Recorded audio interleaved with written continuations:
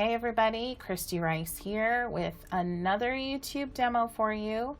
Today I'm going to be working with Rice glitter inks, another rosemary brush, my mechanical pencil, which is from Zebra. I believe that's the name of the brand. All of these will be listed in the descriptions. And yes, that was a roll of masking tape. So what I'm going to be working on today is an exercise for you to strengthen your hand, to get familiar with a new brush perhaps, with some new inks perhaps. This is a great exercise if you just want to practice. The bonus is that the finished product looks pretty darn cool, and you'll probably want to frame it or use it or make cards out of it or give it to someone or something.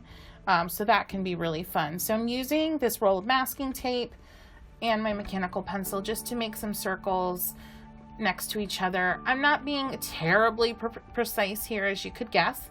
I'm just, making sure that the circles either barely touch or just touch a little bit.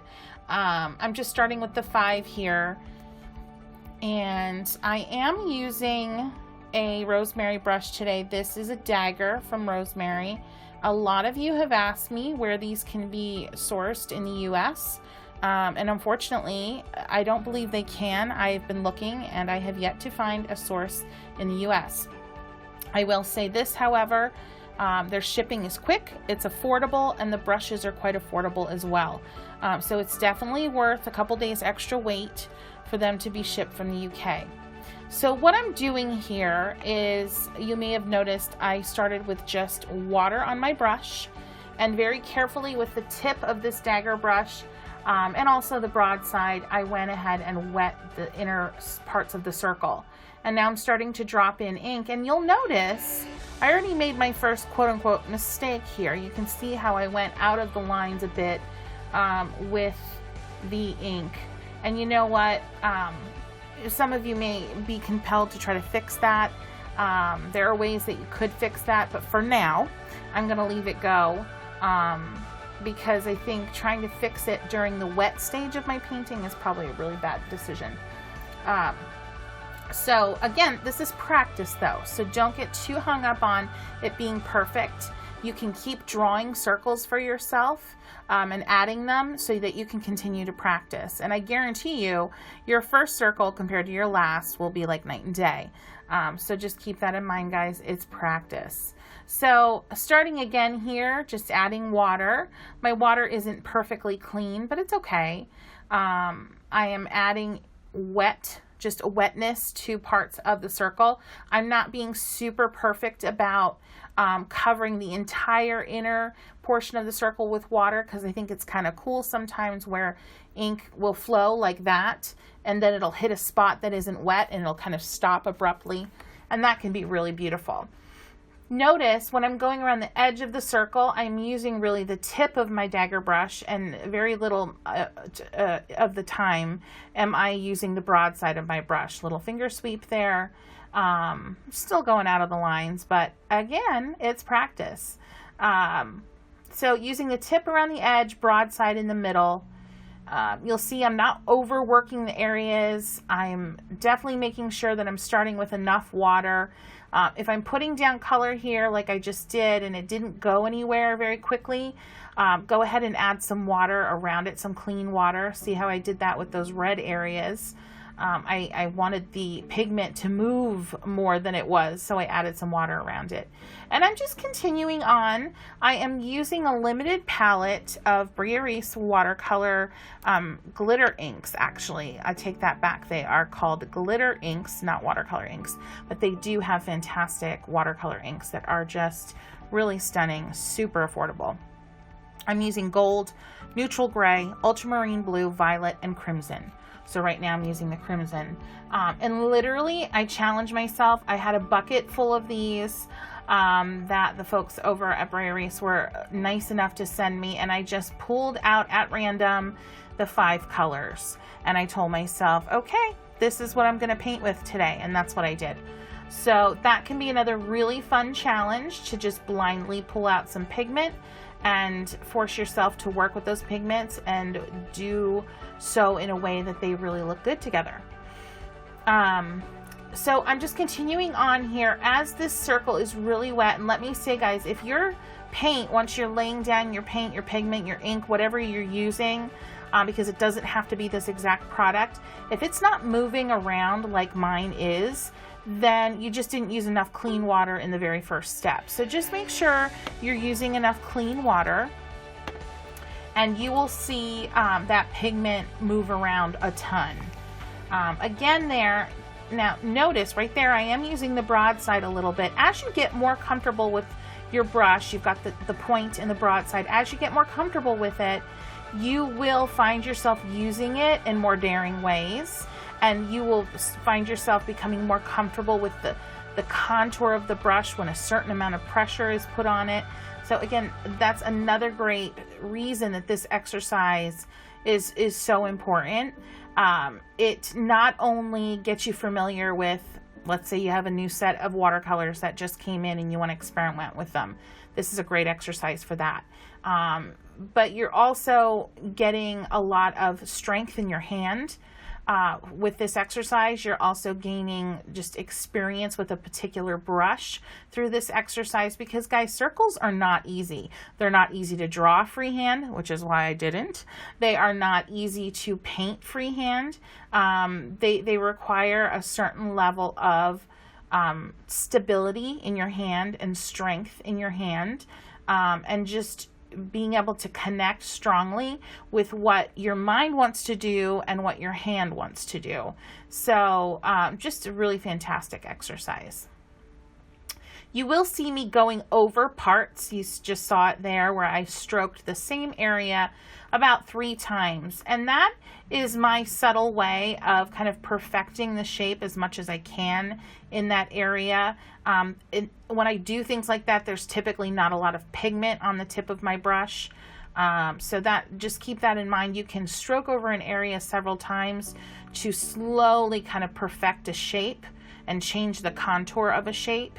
But usually you want to have less pigment on your brush during that time because you'll have more control. So imagine if you're trying to perfect the shape of something and you had really strong pigment on your brush, it's going to be that much harder to correct and potentially remove that pigment if you overbrush an area. So I'm just continuing on here. I did just add that beautiful gold straight from the bottle, which is so fun.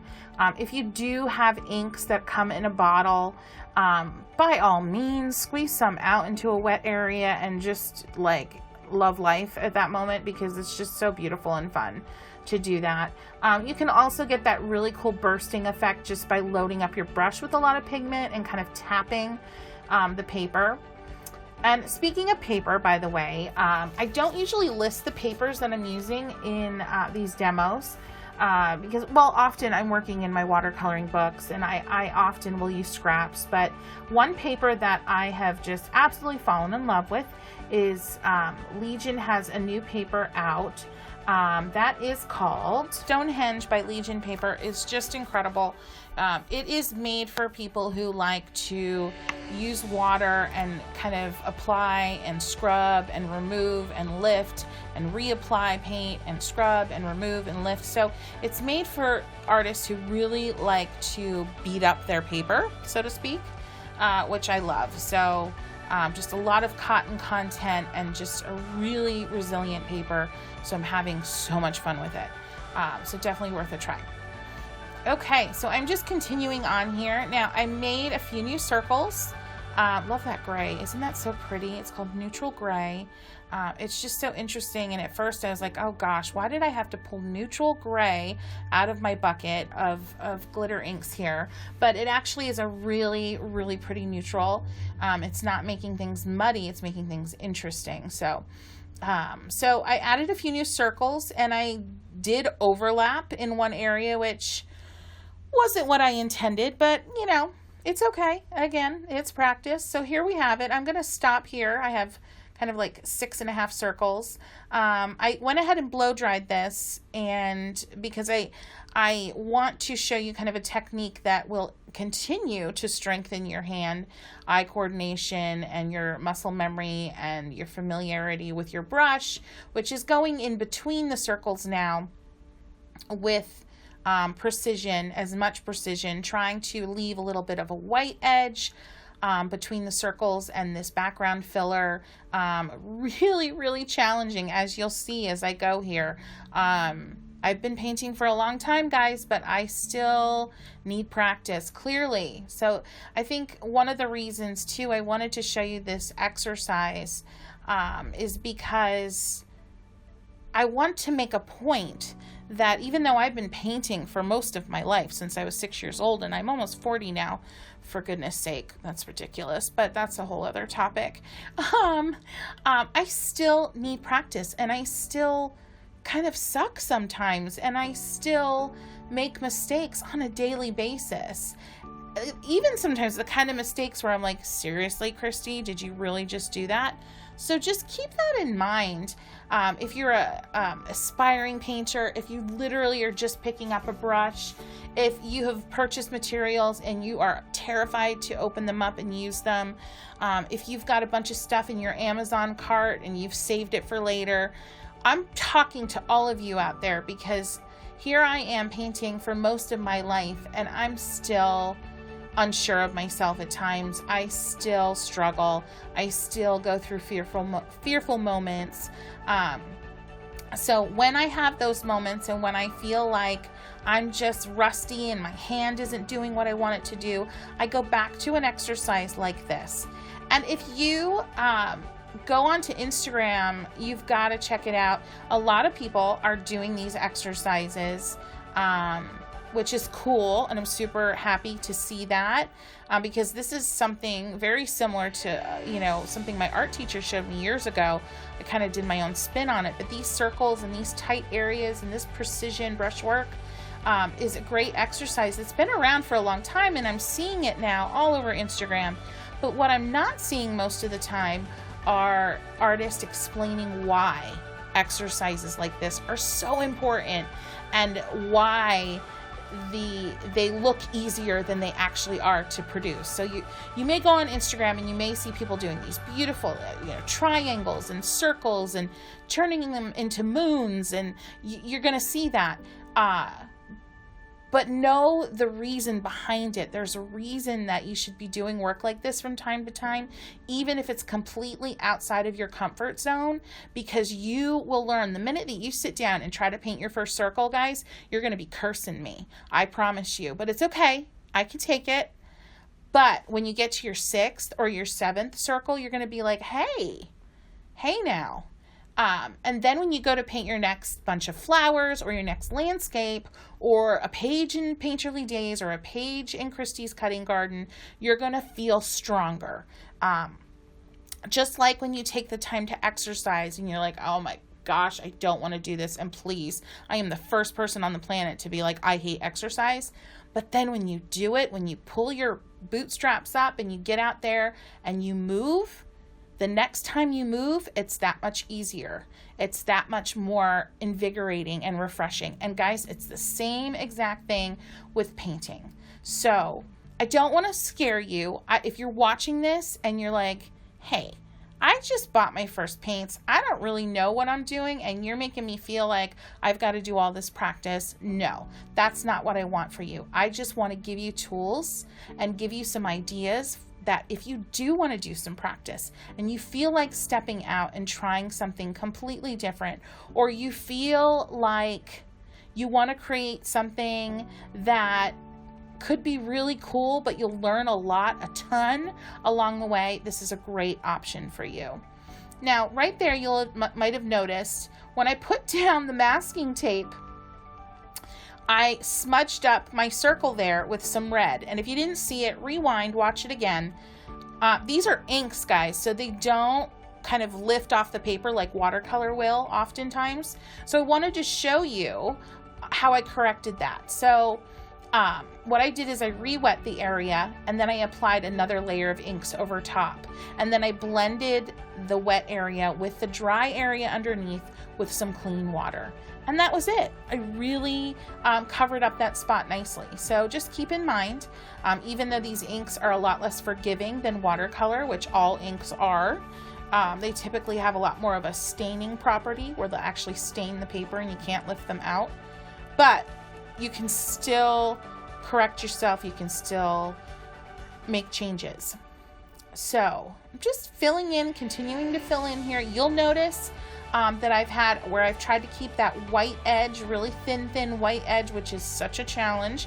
You're gonna see here, just look, I have areas that are very troublesome where I completely lost my white edge. But again, it's still pretty. It's still something that I will post on Instagram and show. So don't be too hard on yourselves. Give yourself some breaks. I listened to a podcast today with Seth Godin, and you may not know who he is. Seth Godin, Google him. And he talked about, now he does a lot with businesses and marketing and social marketing and all that kind of stuff. But one thing he said that really resonated with me today was the people that really get things done in life and the people that really accomplish things in life are those people that refuse to listen to the voices in their head that tell them that they can't do things. Now I'm paraphrasing tremendously. They're the people who are able to get out of their own way. So guys, get out of your own way, step aside, let your fears wash away, and have fun with this and give it a try. And check out Seth Godin too. Rest assured, I will be linking to the Seth Godin interview in the descriptions below. Thank you so much, guys. I so adore all of your comments. I love interacting with you. Just thank you for being here. Thank you for watching, and happy painting.